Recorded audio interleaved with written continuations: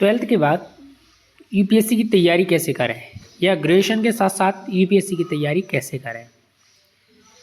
UPSC तैयारी करने के लिए आपको क्या करना है, मोटिवेशन बनाए रखना है, कंसिस्टेंसी बनाए रखनी है, तब आप इस तैयारी को कर पाएंगे। चलिए देखते हैं इसमें क्या सिलेबस होता है, एज क्या और लिमिट होती है और कितने अटैम्प्ट्स होते हैं। ये सारी सुविधाएं मैं आपको अभी बताता हूँ। सबसे पहला अपना एक उद्देश्य होना चाहिए। अगर हम यूपीएससी की तैयारी कर रहे हैं तो हमें एनसीईआरटी को फॉलो करना है। बिना एनसीईआरटी फॉलो किए यूपीएससी क्लियर नहीं हो सकता है, ठीक है, क्योंकि बेसिक स्टैंडर्ड आपका यहीं से क्लियर होगा। चलते हैं। यूपीएससी का फुल फॉर्म होता है Union Public Service Commission, UPSC civil service संघ लोक सेवा आयोग। यह 3 तरीके से परीक्षा आयोजित करता है संघ लोक सेवा आयोग, जिसमें अखिल भारतीय परीक्षा मतलब अखिल भारतीय सेवाएं होती हैं, जिसमें 3 पद होते हैं, आईएएस, आईपीएस, आईएफएस, ठीक है। तो ये सबसे उच्च पद माना जाता है आईएएस को, सेकंड पद माना जाता है आईपीएस को और थर्ड पद के आधार पर माना जाता है आईएफएस। वो वैकेंसी के आधार पर होता है और चयन के आधार पर होता है। उसके बाद रैंक कैडर जो भी है फिर उसी के अकॉर्डिंग चलता है। तो यूपीएससी का फुल फॉर्म आपको पता चल गया। इसकी एज की बात करें तो 21 ईयर से लेके अगर जनरल कैटेगरी के 32 ईयर तक आप इस परीक्षा में सम्मिलित हो सकते हैं। लेकिन जनरल कैटेगरी की बात करें तो इसमें केवल 6 अटैम्प्ट्स रहते हैं, 6 बार ही इसकी परीक्षा दे सकते हैं। अगर 6 बार में क्लियर नहीं है तो आप परीक्षा नहीं दे सकते। मान लीजिए आपने परीक्षा देना प्रारंभ किया, आपका प्रीलिम्स निकला, मेंस में आपने परीक्षा दी, मेंस नहीं निकला तो फिर से प्रारंभ करना पड़ेगा, यानी प्री देनी पड़ेगी। मान लीजिए आपसे प्री निकल गया, मेंस निकल गया, इंटरव्यू नहीं निकला तो फिर आपको फिर से शुरुआत करनी पड़ेगी, प्रीलिम्स फिर से देनी पड़ेगी। इसलिए आप अपनी मेहनत को बनाए रखिए और एनसीईआरटी सबसे अच्छा बेस्ट सोर्स है इसके लिए पढ़ने के लिए। आप बेसिक कॉन्सेप्ट और जो सारी चीज़ें उसी से क्लियर कर पाएंगे जो आपके एनसीईआरटी हो। प्रिपेयर विद द डेडिकेशन होना चाहिए, पूरी तरीके से समर्पण हो जाओ, तभी यूपीएससी निकल सकती है। आप सोचो कि आज पढ़ लूँ, कल छोड़ दूँ, परसों पढ़ लूँ, पहले दिन छोड़ दूँ, तो ऐसे यूपीएससी कभी भी नहीं निकलती है।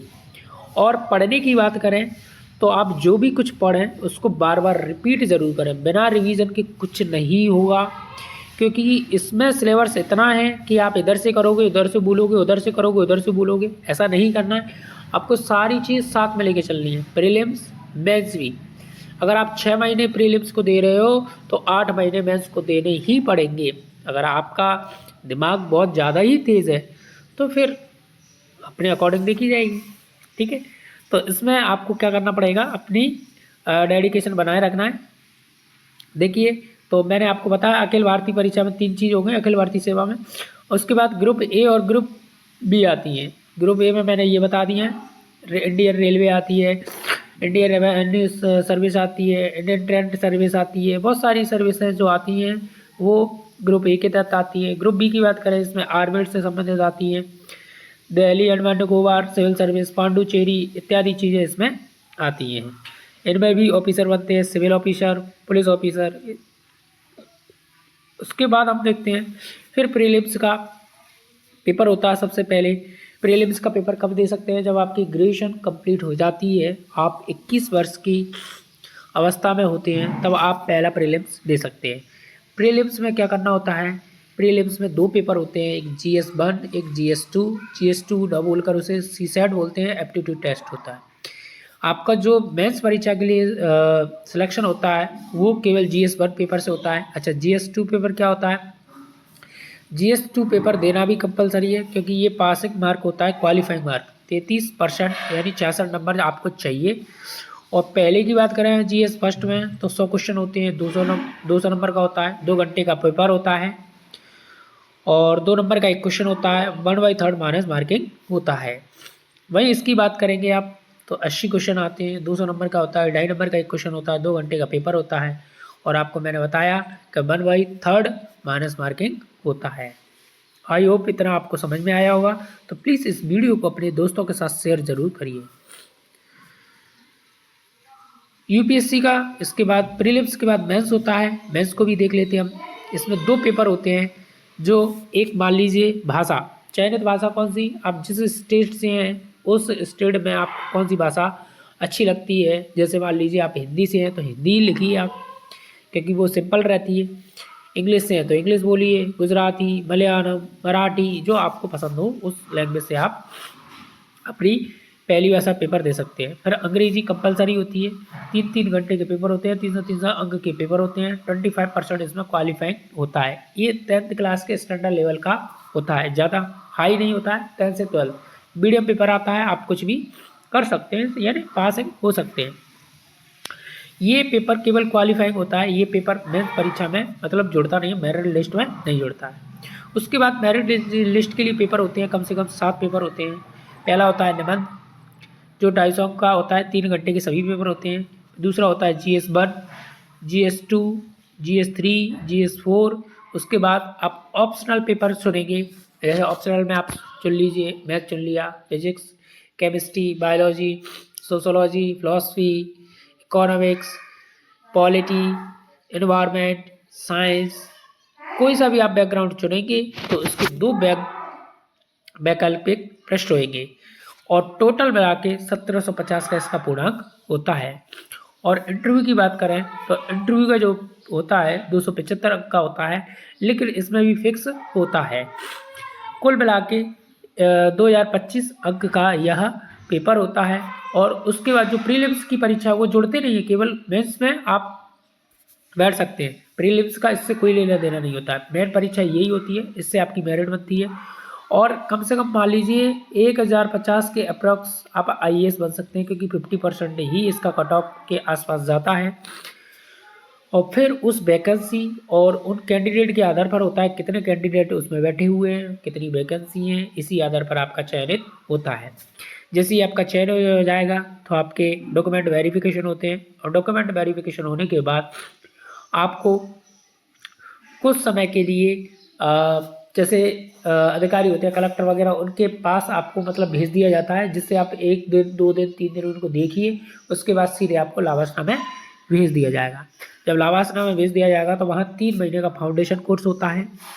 3 महीने का फाउंडेशन कोर्स करने के बाद आपको भारत दर्शन कराए जाते हैं, यानी भारत में किस प्रकार के लोग रहते हैं, कैसी क्या व्यवस्था है, कैसी प्रशासनिक ढांचा है, गांव के लोग कैसे हैं, उनकी लैंग्वेज क्या है, उनके साथ कैसा कार्य करना है, उनके साथ कैसा बर्ताव करना है, ये सारी चीज़ें आपको सिखाई जाती है। अगर आप IAS बन गए तो ये सोच लीजिए आपका रुतबा कम नहीं है, आपसे लोग अधिक से अधिक जुड़ेंगे। जो लोग आपसे बात नहीं करना चाहता था वो लोग आपके पास आएंगे। जैसे आप इसमें देखेंगे तो इसमें बहुत बड़े बड़े लोग आपसे संपर्क करने की कोशिश करते हैं, मैंने देखा है अक्सर। जो लोग आपसे बात ही नहीं करते, मंत्रीगण हुए, विधायक हुए, सांसद हुए, सब आपसे मिलने की कोशिश करते हैं।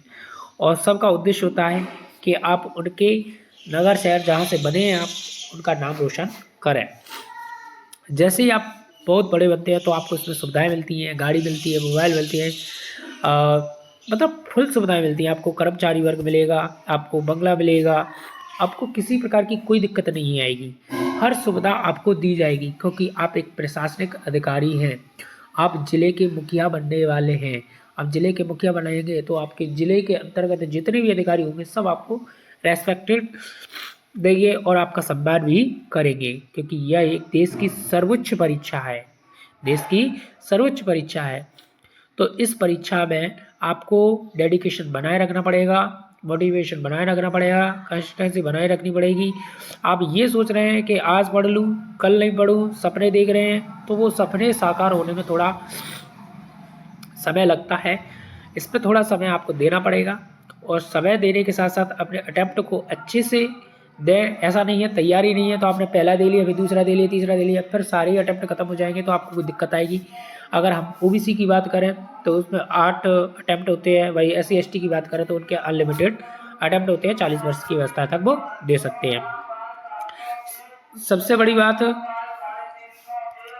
ये देखिए, आप किसी के कहने से UPSC की तैयारी ना करें। अगर आप में जोश जज्बा है तो UPSC की तैयारी करें, अन्यथा इसके चक्कर में बहुत सारे लोग भी पिछड़ जाते हैं और परीक्षा नहीं दे पाते।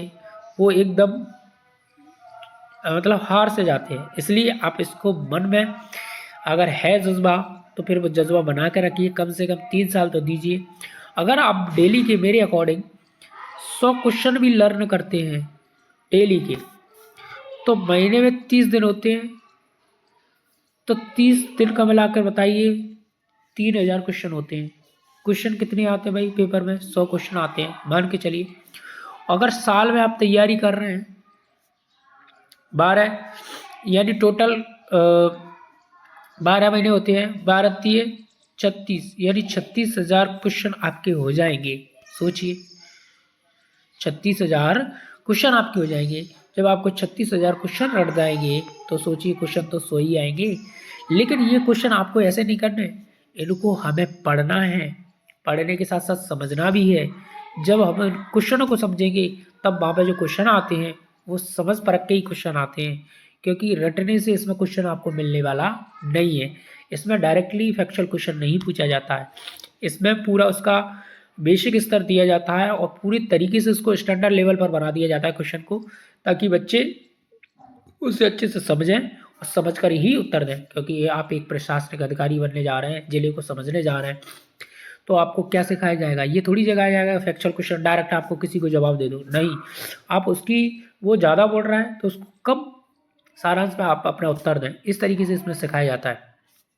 तो सबसे ज़्यादा आपको एनसीईआरटी फोकस करनी है। एनसीईआरटी के साथ साथ इसमें आपको डेली लेखन व्यवस्था करनी है। आप प्रत्येक पृष्ठ को, जैसे कि हिस्ट्री की उठा लिए अपने क्वेश्चन, पॉलिटी के उठा लिए, एथिक्स क्या होता है भाई? देखो एथिक्स के बारे में थोड़ा सा बता देता हूँ। एथिक्स होता है नैतिक शास्त्र। इसमें आपके पूरे नैतिक कर्तव्य सिखाए जाते हैं, जैसे अनुशासन हुए, शिष्टाचार हुए, ये सारी चीज़ें सिखाई जाती हैं।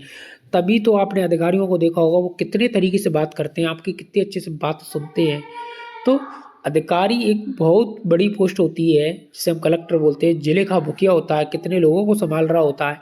तो आप सोचिए उसको तो किस तरीके से बनाया जाता है। तो वो बनने के लिए भाई सब चीज़ पे फोकस करना पड़ता है। इसमें आपको डेली करंट अफेयर पढ़ना बहुत ज़रूरी है। बिना करंट अफेयर के ये कुछ नहीं होगा, क्योंकि 35% तो ये समझ लीजिए करंट अफेयर से ही क्वेश्चन आते हैं, चाहे प्रीलिम्स हो चाहे मेंस हो, क्योंकि आपको लेखन पद्धति उन्हीं से सुधारनी है। जब आपको करंट अफेयर के बारे में ही नहीं पता चलेगा, हम देश के बारे में क्या चल रहा है, राज्य के बारे में क्या चल रहा है, जिले के बारे में क्या चल रहा है, तो फिर आप कैसे ही पहचान पाओगे? इसलिए ये सारी चीज़ें आपको सिखाई जाती है। और करंट अफेयर आप डेली पढ़िए, 100 क्वेश्चन डेली लर्न कीजिए, तो भाई आप अच्छे स्टैंडर्ड लेवल पर पहुंच जाएंगे। और आप डेली ये सोचिए कि मुझे 6 घंटे मिनिमम पढ़ना है और 2 घंटे रिवीजन करना है, तो आपका यूपीएससी क्लियर हो जाएगा। तो आई होप, मैं चाहता हूँ आपको यह वीडियो समझ में आई होगी। तो प्लीज़ जो यूपीएससी तैयारी कर रहा है, जो यूपीएससी एस्पिरेंट है, उसे अपने दोस्तों के पास भेजिए, ताकि वो भी समझ पाए किस तरीके से हमें तैयारी करनी है। Thank you.